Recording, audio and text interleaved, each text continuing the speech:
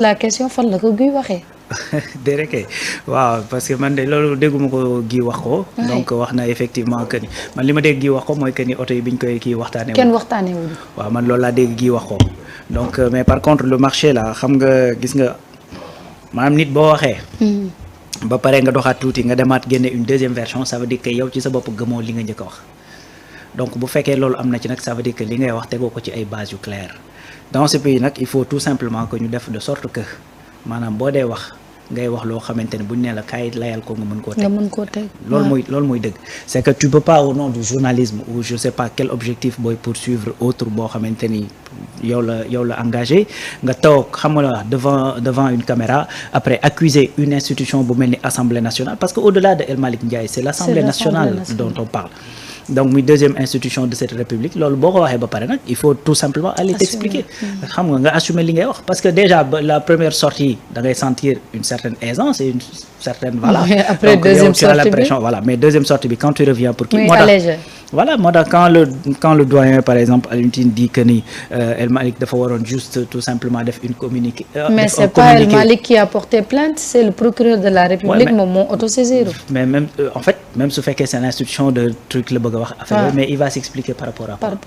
c'est-à-dire un marché boo xamante ni c'est même pas à toi yow yaa koy gérer da nga am cellule de passation de marché donc da ngay gën di expliquer pour que ñu ne finalement yow yaay jox kii yaay xañ kële donc loolu il va pas le faire c'est-à-dire c'est lui moom moo njëgin wax ay waxam c'est à lui de s'expliquer pour wax li mu wax fan la ko teg c'est aussi simple que ça c'est-à-dire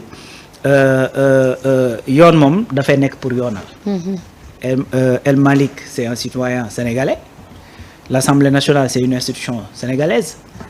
Bachir Fofana c'est un sénégalais bu am droit joxe xalaatam ci réew mi mais xalaatam warut a nekk en discrétion avec les lois de ce pays-là xam nga donc yow mënoo toog devant les télés ne journaliste bu ñu la joxe information da nga ko war a saytu parlant de Pape Alé Niang dellu si waat ci yow voilà après léegi cette occasion se présente nga def ci lu la neex après tu dis que ni non sama informateur sama nangam sangam et cetera c'est-à-dire il faut pas que dans ce pays-là ñu am ce qu'on appelle loolu sax moo fi am d'ailleurs ñu am une indignation sélective c'est-à-dire Pape Alé Niang bi ñu ko fi condamné yàggul te dossier bi muy déparé wul sax avec le nouveau régime n'est-ce pas donc bi ñu koy porter plainte pour diffusion de fausses nouvelles l'ancien régime moo fi nekkoon bi ñuy confirmer sa condamnation ça date pas bu matee ñaari weer ci lay yem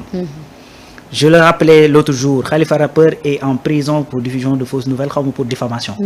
y a la fille là nu mu tuddati xaw ma Fatou Kiné xaw ma nan qui parlait de l'armement et de la sécurité de Ousmane Sonko sécurité bi muy wax ci sécurité Diomaye voilà donc c'est-à-dire quand il s'agit de personnes yoo xamante ni sensiblement jàpp nañ dañ jege le régime suñ leen jàppee ci lu mel noonu c'est normal sinon effectivement buñ leen bàyyee ñu dem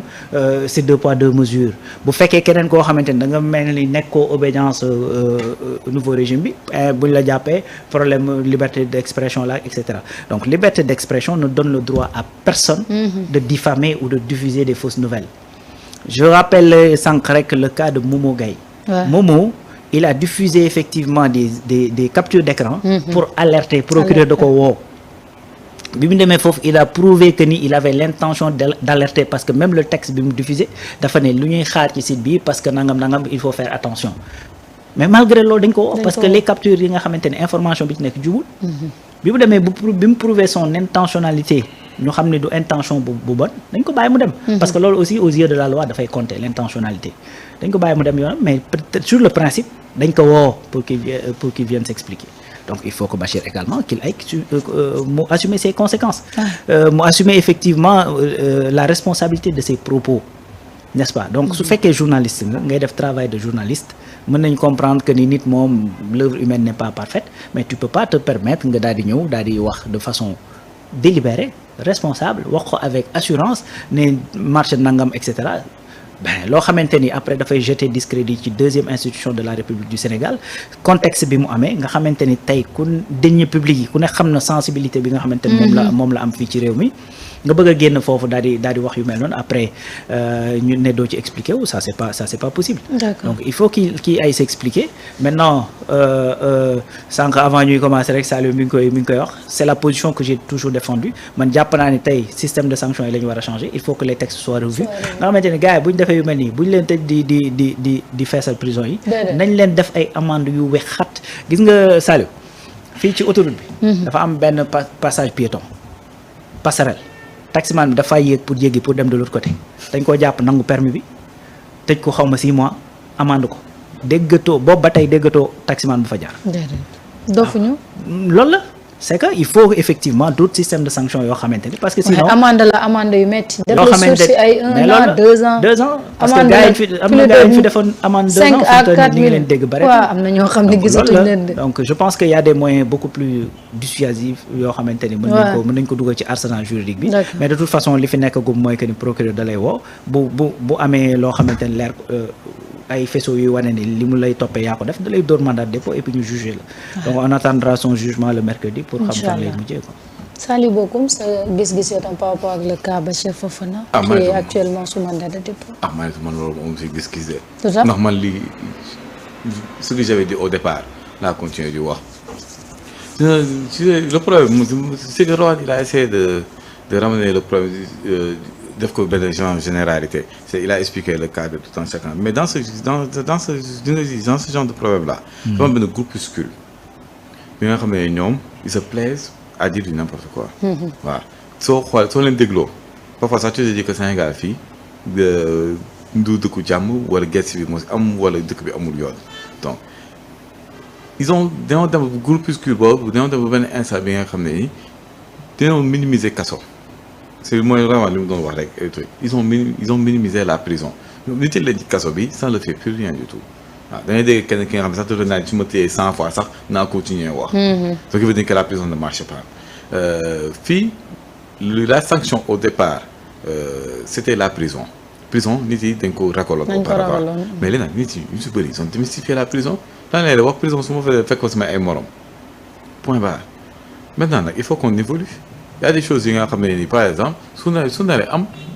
Rohane il a anticipé ce que je voulais dire mais su naree am dinañ ko door ay sanctions financières l'argent c'est même pas la peine muy dem kaso ba c'est même pas la peine que muy jaar ci kaso bi mën na ko defal comparution immédiate mu ñëw jàll ñu ne ko bon yaa wax rek mu ne la waaw mu ne ko la moo ñu explique ñu def expliqué ñu les sanctions temps suñu commencé di door fi ay amende 10 millions 15 millions. 20 millions. benn simple journaliste wala chroniqueur. loolu moo tax nga amande 5 millions fu mu koy fay. loolu moo tax moroom mi yëpp. ba la prochaine fois ñoom ñëpp ils vont prendre exemple mooy ma ne taximan bi. taximan bi boo ñu ko jàppee tëj ko 6 mois doo ko benn amande nangu permis am mooy yeneen moroom taximan yi doo nekk kii nu mu seen exemple kii bu ñu def li di ko jiw. loolu moom en tant que simple journaliste su ñu ko dooree benn amende bu 5 millions wala 10 millions yeneen journalistes yi ak son groupuscule plutôt. di boobaa dañuy xoolal seen bopp ils vont réfléchir 2 fois avant de parler donc parce que la prison bon ça marche pas quoi fii sax ne marche la prison ne marche pas donc nit xaalis ci xolam la ko lay sax. waaw nit dafa bëgg xaalis alal tubaab bi ils ont pas gënuñu jub de. gënuñu yaru au contraire ñooñu gën a yaru di ko mais ñoom loo def sur le taxé xaalis tu as réfléchi à 2 fois la prochaine fois avant de le faire. waaw te ba noppi soo toogee ba délai bi jàll dafay am ay intérêts yi commencé yu ñu yox di dóor ba benn instant bi nga xam ne dañ lay jël yóbbu la nga dem te di kaso. c'est vrai waaw donc te du empêcher ñu nangu saa la. te tu as payé. tu as payé et tu iras en prison. suñu alors su ko commencé def commencé te ça loolu tamit waruñu ko def ay yenn gars yi de on va l'appliquer à tout le monde. gars yi di soow mayta gars yi di kii toutes les personnes qui font des infractions suñu leen commencé di dóor ay sanctions financières yu métti léegi nga gis dëkk bi tegu ci yoon. waaw c'est pas la peine de frapper c'est pas la peine d'enfermer. gars yi de dóor leen ay sanctions financières et tu verras que les choses vont changer et évoluer donc Bachir Fofana bon na dem taxaw rek. après ñu ko war a ñaanoon ko. am na plateau yoo xam ne ku ko moytuwul. non dinañ la saraxe dama jàpp ni que plateau boo muti dem soo musulee ne la saraxee. parce que non mais daf ci am ñoo xam ne moom seeni plateau mooy porte Rebeuss. non c'est en fait seeni plateau soo fa demee yow tamit bëgg a wax yow li nga fa bëgg a wax bëgg a clash. bëgg a bëgg a clasher. bëgg révélation bëgg révélation bëgg scoop na maa xam lii maa dégg lii mais c'est tout à fait normal mais tous les plateaux il y a un risque parce que mu dérapage dafay am et tout ça mais il y a des plateaux bi nga xam ne c'est beaucoup plus critique. il y a des plateaux qui sont moins critiques mais gis nga gars yi au fond c'est que ñoom dama bëgg a buzz. maa xam lii maa wax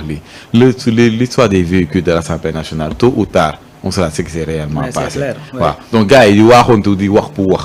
maa xamoon lii je l'avais dit waxoon naa leen ko ci man lu ma sama wax du fanaan àll. moo taxit El Malick tontu na ko tontu. donc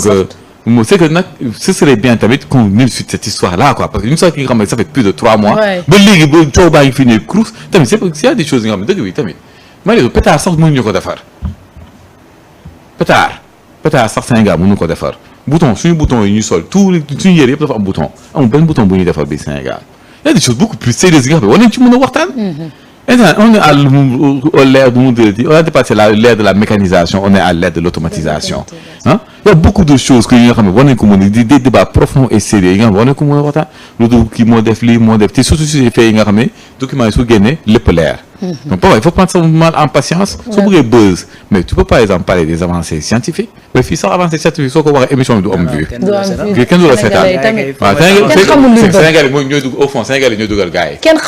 Non, Sénégal, car moi les nerfs, car rek top car. Voilà. Moi, je Oustaz Seck, dem ci yàlla Oustaz Seck. waaw mu doon commencé. waaw la doon def. dafa doon parler de sexe. waaw gars yëpp di ko déglu wax sexe après ñoo ne ku fi jógee sa gars yi la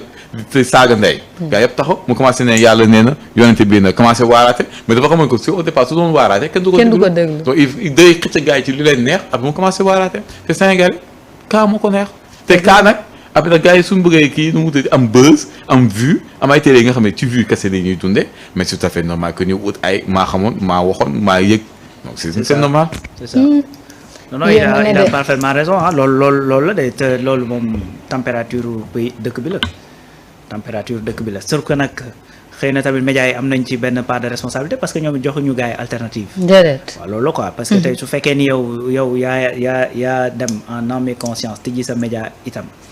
jàpp ci ne ay cas nga ciy traité aussi loolu tamit c'est ta responsabilité ñi nga bëgg dañ lay topp mais su fekkoon ni médias yëpp dañoo tënku woon ci wax l'essentiel c'est-à-dire su boobaa ñi nga xamante ni dañuy déglu média du ñu am alternative dañuy xam ni lii nii l'essentiel la ñuy waxtaani et puis on avance c'est vrai que yow contrat boo xamante ni maanaam octroyé joxeeguñ ko xamaguñu tenants yi xamaguñu aboutissants yi nga bëgg a yow calculer sax ba wax yan prix lañ jaayee oto beeg tout ça affaire yooyu donc pour man loolu quelque part sax ñeme yàlla la quoi mais bon. mais pour man aussi tamit xam nga nos autorités xaw nañ ci am tuuti responsabilité parce que actuellement même la communication ñi fi nekk ils sont en train de subir la communication c'est-à-dire da ngay gis ne léegi la plupart du temps les autorités passent leur temps à weddi ay wax. plutôt que effectivement à impulser la dynamique de la communication. Mais c'est parce que parfois ceux qui sortent pour les défendre. waaw ils communiquent mal. Quand tu prends le cas de Cheikh Thioro ku taxaw naan sa daalu ay Malick moo gën ñi koy critiquer mais loolu c'est insulter les Sénégalais te les Sénégalais ils se sont battus pour que genre wax bu ñu ko déggati parce que loolu moo amoon ci Macky Sall donc maintenant quand on recommence à voir ça et que un Cheikh Thioro sort pour nous sortir ce truc et que il était sorti pour essayer de décanter une situation mu rendre ko beaucoup plus explosif c'est normal que tu passes autant à te justifier te gis nga au fond loolu ba mu amee la war a ne kaay ma wax leen nu mu demee nii ak nii lañ def diw lañ ko jox point. Voilà. Les voitures, voici pour quelle raison on a décidé qu'il est beaucoup plus rentable d'acheter des voitures que de continuer avec les trucs. Mais lorsque les gars ils comprennent, nous dire on en avance, qui va rester là à s'appesantir sur le dossier. Mais malheureusement, il y a beaucoup d'explications. Il y